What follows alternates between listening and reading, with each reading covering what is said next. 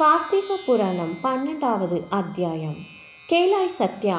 அப்படி இருக்கையில் ஒரு நாள் நாரதரானவர் வைகுண்டத்திற்கும் தேவலோகத்திற்கும் செல்ல அங்கு லக்ஷ்மி நாராயணர்களையும் இந்திராதி தேவர்களையும் காணாது வருத்தப்பட்டு ஞான திருஷ்டியில் அறிந்து இவர்கள் எல்லாம் ஜெலேந்திர பட்டணத்தில் வாசம் செய்வதை தெரிந்து மனம் வெறுப்படைந்து, இப்படி இவர்கள் அவடம் வாசம் செய்து கொண்டிருந்தால் தேவபுரியையும் வைகுண்டத்தையும் பரிபாலிப்பது யார்? இது எல்லாம் ஸ்ரீமன் நாராயணனின் நீலை வினோதமே. ஆகையால் நான் ஜெலேந்திர பட்டணத்தை அடைந்து ஓர்வித சூழ்ச்சியால் ஒரு கலகத்தை செய்தால்தான் அத்தேவர்களும் தாய் தந்தையராகிய லக்ஷ்மி தேவியும் மகாவிஷ்ணுவும் விடுபட்டு வருவார்கள். மேலும் ஜெலேந்திரனோ சிவனால் மடியக்கூடியவன். இவனுக்கு சிவனிடத்தில் குரோதம் ஏற்பட செய்வதே தகுந்த யோசனை. ஆகையால் நான் உடனே ஜோதிபுரியை அடைந்து ஜெலேந்திரனை கண்டு ஏதாவது ஒரு கலகம் செய்தே தீர வேண்டும் என்று நினைத்து ஜெலேந்திரன் பட்டணத்தை அடைந்தார். இவர் வருவதை கேள்வியுற்ற ஜெலேந்திரனானவன் தன் படைகளுடன் எதிர்ச்சென்று தன் சபைக்கு அழைத்து வந்து ஆசனத்தில் அமரச் செய்து அவரை சாஷ்டாங்கமாக நமஸ்கரித்து அவரை நாரதரானவர் ஆசிர்வதித்தார். பிறகு ஜெலேந்திரனும் ஆசனத்தில் அமர்ந்து நாரதரை பார்த்து, முனிபுங்கவரே, எல்லாம் வல்ல தாங்கள் தரிசனம் எனது ஜென்ம சாபல்யம் என. நாரதர் ராஜன், எல்லாம் ஸ்ரீமன் நாராயணனின் செயல் இருக்கட்டும். ராஜ பரிபாலனம் சீராக நடைபெற்று வருகிறதா என்று கேட்க, எல்லாம் தாங்கள் தயவால் சுகமே என்று ஜெலேந்திரன் மறுமொழி கூற, சுவாமி, தாங்கள் இவ்வளவு தூரம் என்னை நாடி வந்தது நான் செய்த பூஜா பலனே சுவாமி. ஏதாவது விசேஷம் உண்டா? நீங்கள் வருவதென்றால் கையில் ஒரு வியாபாரத்தை வைத்து கொள்ளாமல் வரமாட்டீர்கள் என்று நான் அறியேன். ஏதோ வந்த விஷயத்தை எடுத்துரைக்க வேண்டும் என்று கேட்க, நாரத பிரம்மன், ஜெலேந்திரா, லக்ஷ்மி சமேதரான மகாவிஷ்ணுவானவர் இந்திராதி தேவர்களுடன் உம்முடைய பட்டணத்திலேயே சதா வாசம் செய்வதென்றால் சாமான்யமா? உன் பட்டணமானது தேவலோகத்திற்கும் வைகுண்டத்திற்கும் மேலானதாக உடையதாக சிறப்புற்று விளங்குகிறது என்றால் உனக்கு என்ன குறை உண்டு? மேலும் நீ அடைந்திருக்கும் நவரத்தினங்களும் சகல ஐஸ்வர்யங்களும் வேண்டியதை அளிக்கும் காமதேனுவும் கற்பக விருட்சமும் சிந்தாமணியும் ஐராவதமும் இவைகள் எல்லாம் நிரம்பி பிரகாசிக்கின்ற ஹே ஜெலேந்திரா, மேலும் மகா பதிவிரதா சிரோமணியாகிய பிருந்தையையும் நாயகியாக அடைந்த உனக்கு ஈடுண்டோ? அஷ்ட திக்குகளும் உம்முடைய பிரதாபமே விளங்கி நிற்கின்ற தென்றல் நீ செய்த ஓர் தவ பயனே ஆகும். ஆனால் ஒன்று. அதற்கு ஜெலேந்திரன், என்ன சுவாமி, ஆனால் ஒன்று என்று சொல்லாதது மறைபொருளாக இருக்கிறதே, விளக்கிச் சொல்லுங்கள் என. நாரதர், ஜெலேந்திரா, நான் ஹரிஸ்மரணம் செய்து வீணாகானம் செய்து கொண்டு கைலாச சிகரத்தின் வழியாக வர நேர்ந்தது. அப்படியே நான் கைலாயத்திற்கு சென்றேன்.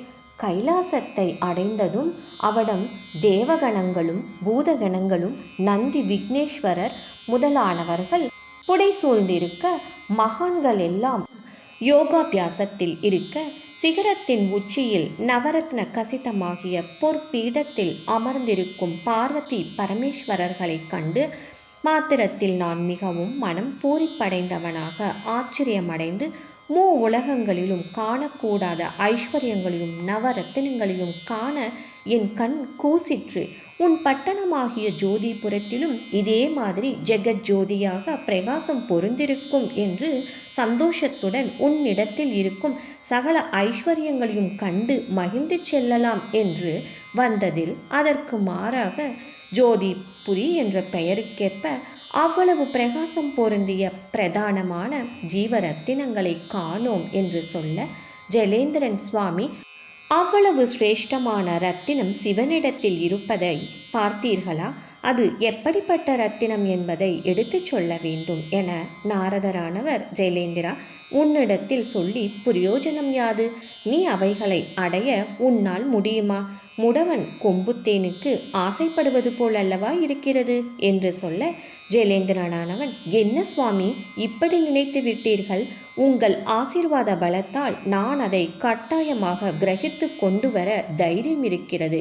விஷயத்தை சொல்லுங்கள் என்றுரைக்க, நாரதர், ஹே கங்காசுதா, உம்மிடத்தில் இருக்கும் ஐஸ்வர்யங்கள் எல்லாம் ஒன்று சேர்ந்தாலும் அந்த பரமசிவனிடத்தில் இருக்கும் ஓர் இரத்தினத்திற்கு ஈடாகாது. மேலும் அவடம் ஸ்திரீ இரத்தினங்களாக விளங்கும் அப்சர ஸ்திரீகள் என்ன, நாக கன்னிகைகள் என்ன, இவர்களுக்கெல்லாம் மேலாக விளங்குகின்ற ஜீவரத்தனமாகிய பார்வதி என்னும் பெண் இரத்தினமானது ஒன்றே அக்கைலாசகிரியை பிரகாசிக்கச் செய்கின்றது. அதற்காகத்தான் இந்த இரத்தினத்தை அடைய உன்னால் முடியாதே என்று வருந்தினேன். மேலும் ஒரு கால் அந்த ரூபவதியான பார்வதி என்னும் நாகபூஷணையானவள் ஸ்நானம் செய்து கொண்டிருக்கையில் தற்செயலாக பிரம்மதேவரானவர் அவ்வழிவர அவளது ரூப லாவண்யத்தை கண்டு மயங்கி தன்னை அறியாது தன் வீரியத்தை விட்டார் என்றால் அவள் எப்பேற்பட்ட அழகு வாய்ந்தவள் என்று யோசித்துப்பார். மேலும் ஈஸ்வரனே அந்த பார்வதியினுடைய சௌந்தரியத்தில் ஈடுபட்டு பலவித லீலா வினோத கேளிக்கைகளால் சந்தோஷமடைந்தவராய் அந்த பார்வதியின் மாயையால் கட்டுண்டு பெட்டிப்பாம்பு போல் அடங்கியிருக்கிறார் என்றால் மற்றதை சொல்லவும் வேண்டுமா? நீயே நன்றாக ஆலோசித்து செய்ய வேண்டியவைகளை நிதானித்து யோசித்து செய் என்று சொல்லி விடை பெற்று சென்றார்.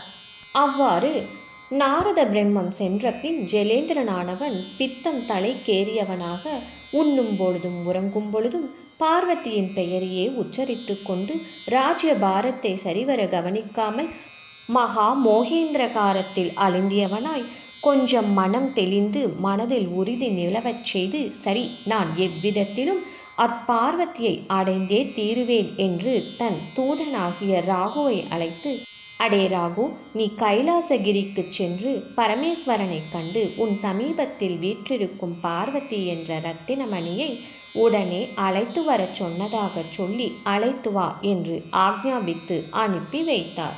அவ்வுத்தரவை மேற்கொண்டு ராகுவானவன் மனோவேகம் வாயு வேகமாய் அக்கைலாயத்தை அடைந்து பூர்ண சந்திரன் போல் விளங்குகின்ற அக்கைலையை தன் ஸ்வரூபத்தினால் பஞ்சமி போல் இருள் உண்டாகும்படி செய்து நந்திகேஸ்வரரை கண்டு அவரிடத்தில் சம்மதம் பெற்று உட்சென்று பரமேஸ்வரரை கண்டார். அந்த பரமசிவன் கஞ்சாடையினால் ஏவப்பட்டவனாக சமீபத்தில் சென்று தண்டனிட, சிவமூர்த்தி இவைகளைக் கண்டு, நீ யார், உன் பெயர் என்ன, வந்த விஷயம் யாது என்று வினவ, அதற்கு தூதுவனான ராகுவனானவன், சுவாமி, நான் ஜோதிபுரியை அரசாளும் அசுரேந்திரனாகிய ஜெலேந்திரனுடைய தூதன். என் பெயர் ராகு. நான் வந்த விஷயம் யாதெனில், திகம்பராயும் ஸ்மசானத்தில் சதா வாசம் செய்பவராயும் அத்தியே ஆபரணமாகவும் உடைய உமக்கு இரத்தினங்களுக்கெல்லாம் ஜெகஜோதியாக பிரகாசிக்கின்ற பார்வதி என்ற ஸ்ரீ இரத்தினம் நீ அடைய உனக்கு யோகிதை இருக்கிறதா? மேலும் ஸ்வர்ணமயமான தேஜஸோடும் விளங்கும் இவளை பரதேசியைப் போல் அலைந்து பிக்ஷம் வாங்கி உண்டு திரியும் உனக்கு இவள் ஏற்றவளாக இல்லை.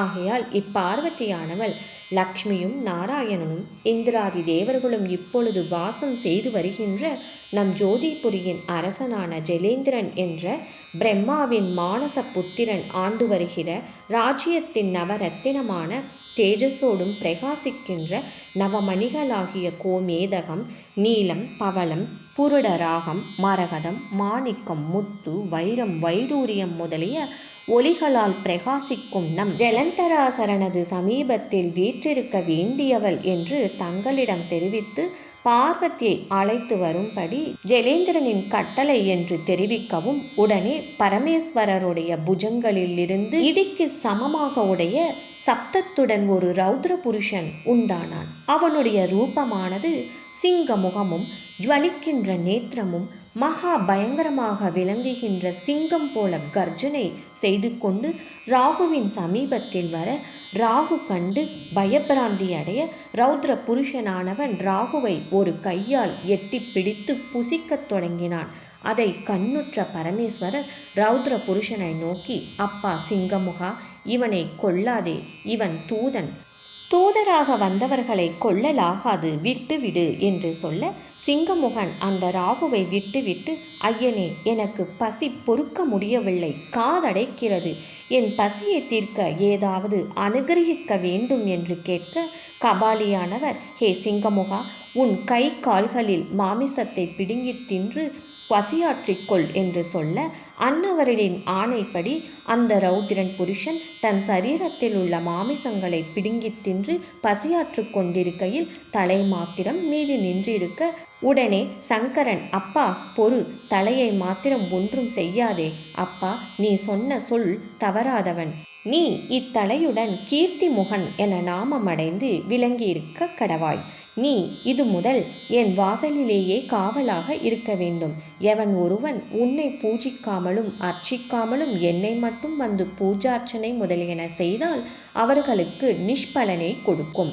ஆகையால் உன் பூஜையே முதலாவதாக ஆகும் என்று கட்டளையிட்டார். பிறகு ரௌதிரனிடம் இருந்து விடுபட்டு ராகு என்பவன் ஒரே ஓட்டமாக மாயமாக மறைந்து ஓடி, செத்தேன் பிழைத்தேன் என்று காடு மலை கடல் வனம் வனாந்திரங்களையெல்லாம் கடந்து, அப்பா, நான் 2வது தடவையாக பிறவி எடுத்தேன் என்று தன் பட்டணத்தை அடைந்தான் என்று பகவான் பாமையிடம் சொல்லி அருளினார்.